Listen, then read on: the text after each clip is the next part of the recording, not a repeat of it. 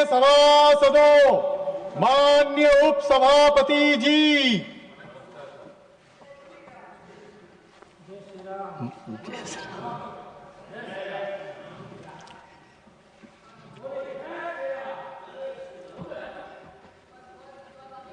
further discussion on the working of the Ministry of Rural Development raised by Dr. K. Lakshman on the 10th March 2026.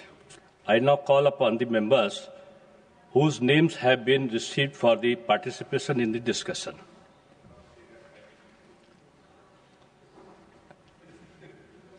माननीय सदस्य Shri Sanjay Singh, 9 minutes.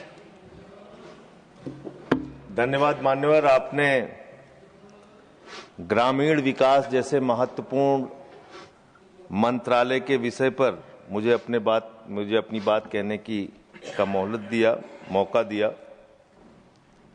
मान्यवर, मैं अदम गोंडवी जी की चंद लाइनों से अपनी बात शुरू करना चाहता हूं कि तुम्हारी फाइलों में गांव का मौसम गुलाबी है, तुम्हारी फाइलों में गांव का मौसम गुलाबी है, मगर ये आंकड़े झूठे हैं, ये दावा किताबी है। सर, भारत की सरकार ने जब विकसित भारत की कल्पना की है तो उस कल्पना के तहत गांव को कहां रखा है, आपके माध्यम से ये देश को मालूम होना चाहिए। हमारे टोटल बजट का भारत सरकार ने जो पूरा बजट 2026 और 27 के लिए प्रस्तुत किया मान्यवर, उसका मात्र 3.6% बजट ग्रामीण विकास के लिए रखा है। यह स्पष्ट करता है सरकार की मंशा को, यह बताता है कि ग्रामीण विकास के लिए आपकी सोच क्या है, ग्रामीण व्यवस्था को आप कैसे संचालित करना चाहते हैं, कितना विकास वहां पर करना चाहते हैं। मान्यवर, बहुत सारी योजनाएं गांव के विकास के लिए चलाने का दावा सरकार की ओर से किया जाता है। उसमें से एक प्रमुख योजना है जिसका ढिंढोरा भारत की सरकार बार बार पीटती है, जल जीवन मिशन, जल जीवन मिशन, हर घर जल की योजना, हर घर जल की योजना। वो जल जीवन मिशन क्या है मान्यवर, जिसके ऊपर आप लाखों करोड़ रुपए अब तक खर्च कर चुके हैं।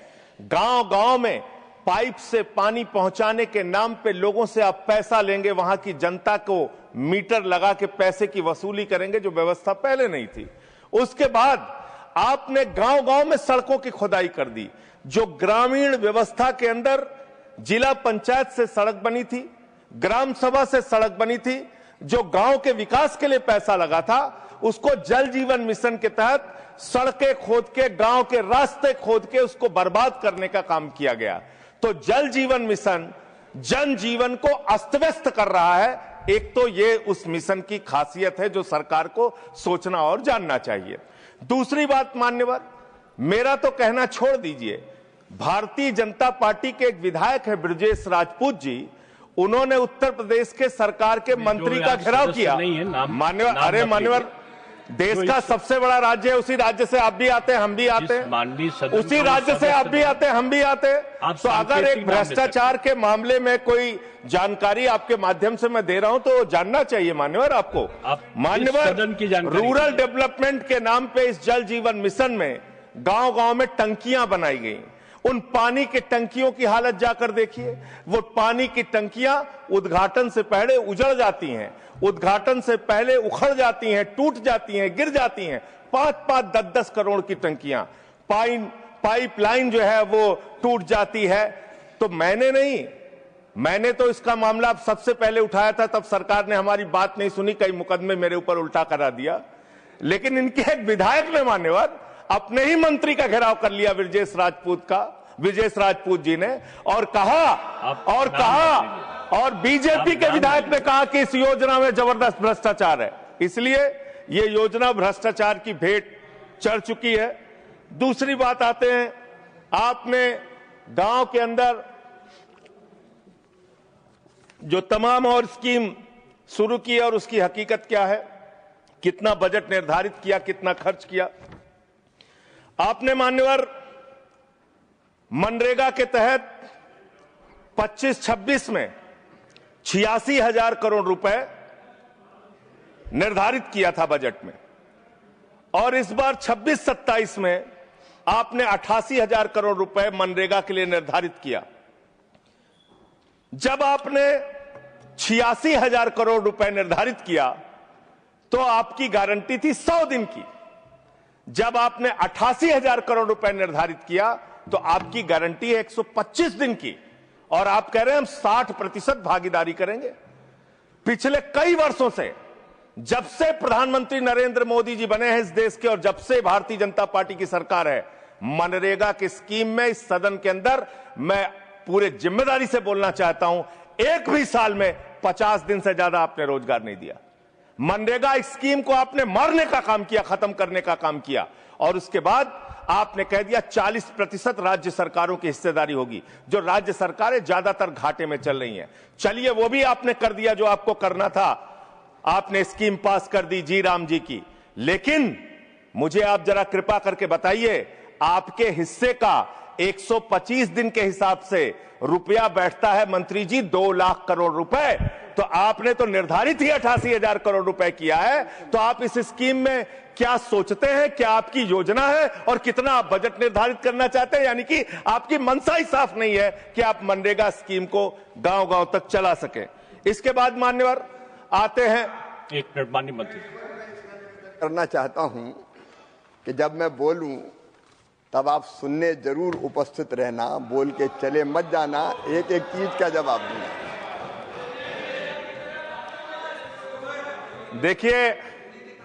देखिए मान्यवर, देश का प्रधानमंत्री गैस के संकट के इस समय में किस गुफा में छुपा हुआ है, पहले उसको निकाल के लाइए। आप पहले उसको निकाल के लाइए। प्रधानमंत्री किस गुफा में छुपे हुए हैं? प्रधानमंत्री के बारे में आप हमारे ऊपर टिप्पणी कर रहे हैं, का प्रयोग नहीं करेंगे। आप हमारे ऊपर टिप्पणी कर रहे हैं। ये आप हमारे पूरा देश गैस की लाइनों में खड़ा है, यहाँ पर शामिल प्रधानमंत्री गुफा में छिपे हुए हैं। प्रधानमंत्री को निकाल के लाइए, प्रधानमंत्री को निकाल के लाइए। मुद्दों पे बात नहीं करेंगे। इस्तेमाल किया है, ये शब्द ठीक नहीं है। अरे मान्यवर, आप मेरा समय जा रहा है मान्यवर महोदय, मान्यवर मेरा समय जा रहा है, कृपा करके समय। जी राम जी ने आपको रोक दिया। जी राम जी पर रात को 1:30 बजे तक मैंने चर्चा सुनी, और जब उत्तर देने की बारी आई तो विपक्ष भाग गया था। इसलिए मैं निवेदन कर रहा हूं कि रहना जरूर, एक एक चीज का जवाब दूंगा, एक एक चीज का। दूसरी चीजें उसमें शामिल नहीं करेंगे जी। मान्यवर, बात करते हैं ग्रामीण विकास की आप बात कर रहे हैं। उज्ज्वला स्कीम के तहत 8 से 10 करोड़ सिलेंडर गांव में आपने बांटे हैं, और 10 से 11 करोड़ सिलेंडर के कनेक्शन लोगों ने अपने आप से लिए हैं। 21 करोड़ सिलेंडर के कनेक्शन गांवों में हैं। मैं आपके माध्यम से इस सरकार से पूछना चाहता हूं, मध्य एशिया के अंदर जो युद्ध चल रहा है इजराइल और अमेरिका और ईरान के बीच में, आप क्यों इजराइल के खड़े हो गए, जिसके कारण से हिंदुस्तान को आज गैस का संकट भुगतना पड़ रहा है? पूरा देश लाइन में खड़ा है, गांव लाइन में खड़ा है, शहर लाइन में खड़ा है, एक एक इलाका लाइन में खड़ा है। होटल बंद हो रहे हैं मान्यवर, मोरवी के अंदर गुजरात में टाइल्स की फैक्ट्रियां बंद हो रही है मान्यवर। आपने क्या हालत की है? आप राज्यों के साथ न्याय नहीं करते, आप ग्रामीण व्यवस्था के साथ न्याय नहीं करते। आपने बनारस के अंदर 4200 एकड़ जमीन वहां के किसानों की जबरन कब्जा की। 2013 का जो अधिकरण का नियम है, वो नियम आपने लागू नहीं किया। वहां लाठियों से किसानों को पीट के प्रधानमंत्री के संसदीय क्षेत्र में जमीनें कब्जा करने का काम आपने किया। जो पंजाब पूरे देश का पीडीएस सिस्टम चलाता है, 50% भागीदारी पंजाब के किसानों की होती है। आपने पंजाब के रूरल डेवलपमेंट का 8,000 करोड़ रुपए मार के बैठे हुए। आप बताइए क्यों आपने पंजाब का हिस्सा नहीं दिया? क्यों आप वहां के साथ सौतेला व्यवहार कर रहे हैं? बताइए इस देश को और पंजाब के लोगों को। वहां पर बाढ़ आई, आप भी गए थे मंत्री जी वहां पे दुख जताने के लिए। आपने वहां की भयावह परिस्थितियों को देखा था। बावजूद इसके 1600 करोड़ रुपए की मदद आपने घोषित की थी।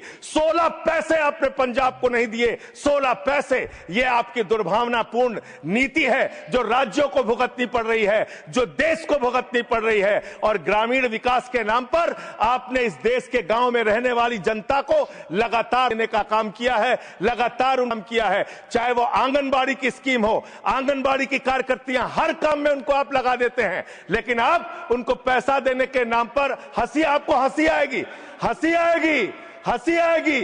आंगनबाड़ी की योजना गांव में ही चलती है, गांव में ही चलती है, हंसी आएगी आपको। मान्यवर, मैं अंत में एक ही बात कहना चाहता हूं। मंत्री जी ने कहा भागिएगा नहीं, मैं बिल्कुल बैठ के आपकी एक एक बात को सुनूंगा। मंत्री जी, ध्यान से सुनूंगा। जितनी बात मैंने कही है उसका पूरा जवाब दीजिएगा, और अगर आप जवाब नहीं दे पाएंगे तो मुझे भी उस वक्त बोलने का अवसर दीजिएगा। आप ही अकेले बोलने का अधिकार रखते हैं, ऐसा नहीं होना चाहिए। और दूसरी बात मान्यवर, दूसरी बात, इस समय भगौड़ा कौन है, ट्रंप की गुलामी कौन कर रहा है, पूरा देश देख रहा है। माननीय, जो भी चर्चा के दौरान जो भी सदस्य असंसदीय शब्द आया होगा वो शामिल नहीं होगा चर्चा में। अब अगर है तो नहीं होगा, अगर असंसदीय नहीं है तो शामिल होगा।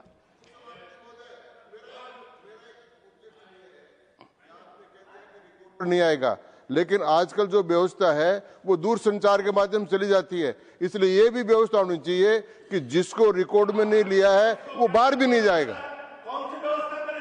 अब आपने किस चीज को कहा? जिस चीज को सारी व्यवस्था करेंगे, जेल के शिक्षकों में रहोगे और रहे और रहोगे। नहीं बोल सकते, आप सीधे बात नहीं करेंगे माननीय सदस्य, आप सीधे बात नहीं करेंगे, आप सीधे बात नहीं करेंगे।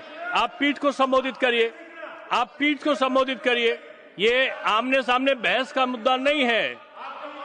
आप संसद में हैं। माननीय संजय सिंह, माननीय सदस्य, आप पीठ को संबोधित करिए। आप इस तरह से बात नहीं कर सकते। Next speaker Shri P Sunil ji. देखिए, मैं माननीय सदस्यों से अनुरोध करूंगा कि जो चर्चा होती है उसमें शब्दों का संयम ये आवश्यक होता है। आरोप लगाने पे मनाही नहीं है, लेकिन आरोपों की भी एक सीमा होती है शब्दों की, उसका पालन करना होगा। और जो इस प्रकार के शब्द आए होंगे जिनमें आपत्ति हो सकती है वो सम्मिलित नहीं होंगे। और दूसरा एक और अनुरोध साथ में है कि हम लोग सोशल मीडिया का, जैसे आपने जिक्र किया, सोशल मीडिया पे हम लोग जो यहाँ पर वक्तव्य होते हैं उनको देते हैं और किसी व्यक्ति विशेष के बारे में हम कुछ विश्लेषण लगाते हैं तो वो वहां पर उपस्थित नहीं होते।